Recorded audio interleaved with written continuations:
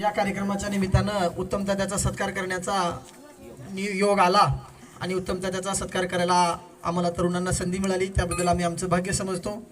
आणि तरुण बांधवांनो, तर मी काही बोलायचं इथे काही विषय जास्त नाही, पण ॲटलिस्ट समाजात जीवनात जगत असताना काम करत असताना एखादा व्यक्ती तो त्याच्या मार्गावर जर चालत असेल तर जर आपल्याला त्याला मनोबल वाढवून त्याला साथ देणं होत नसेल तर ॲटलिस्ट त्या माणसाला विनाकारण तक्रारी करणं, टिंगलटवाळी करणं यामुळं माणसात समाजाचं जो एखादा कार्यकर्ता, एखादा समाजात काम करणारा जो कोणी समाजसेवक असतो त्याचं मनोबल वाढवणं ही खूप मोठी गोष्ट आहे।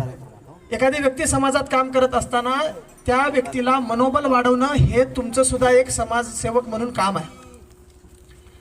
ठीक आहे, आता तुम्ही एक दोघं जण हसलो, ठीक आहे, जे काही विषय असतील ते उत्तम, त्याला कसं आहे ते करतायत ना आपल्यात सुरुवातीपासून। किती संघर्षातून बाहेर जाऊन, तालुक्याच्या बाहेर जाऊन जर 4 लोकांना ओळख सांगायचं म्हणलं तर खूप कठीण काम आहे।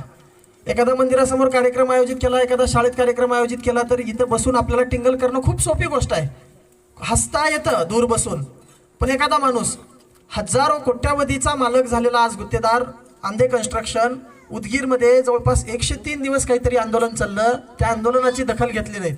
103 दिवस ते माणसं त्या तहसील समोर टेंट मारून बसले, शेवटी कंटाळून उठून गेले, त्यांनी नोंद घेतली नाही।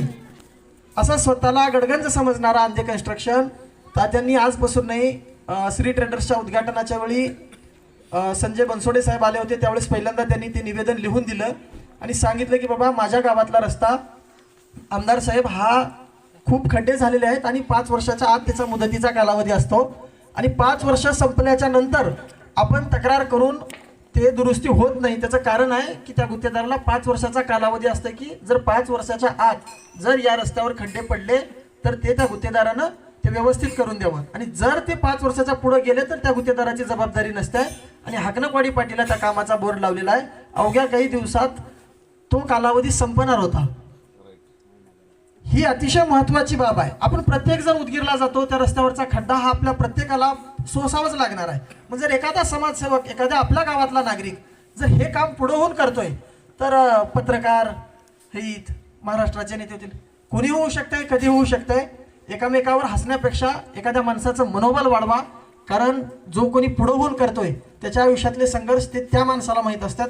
त्यामुळं मी आज पूर्ण गावासमोर उत्तम प्रकारे तुम्हाला सांगतो की आपण तालुक्याच्या बाहेर काम करत असताना राजकारणात, समाजकारणात कुठला संघर्ष करावा लागतंय याची जाण मला आहे। आणि आम्ही गावकरी तरुण म्हणून टप्प्याटप्प्यानं प्रत्येकाला विश्वास येत जाते। आज तुम्ही गावकऱ्याच्या सार्वजनिक कामाला आलात म्हणून आम्हाला जाणीव झाली, उद्या प्रत्येकाच्या वैयक्तिक ज्या ज्या तुम्ही ठिकाणी कामं करचाल त्या प्रत्येकाला विश्वास येईल आणि एक दिवशी सगळे मान्य करतील की उत्तम दादा यांचं समाजकार्य काय आहे ते। आणि मला वाटलं, मला आवडलं, मला पटलं म्हणून मी तर पूर्ण गावकऱ्यांच्या समोर करणार होतो, पण कार्यक्रम संपला म्हणून जे काही 4 तरुण उभे राहिले त्यांच्यासमोर मला उत्तम दादाचा सत्कार करायला मिळाला, त्याबद्दल मी आमचं भाग्य समजतो। आणि उत्तम दादाच्या हातून, उत्तम दादाच्या कार्यातून अशी समाजसेवा घडावं आणि आम्हाला मार्गदर्शन मिळावं एवढी मी विनंती करतो आणि ह्या कार्यक्रम सत्काराचा झाला असं जाहीर करतो।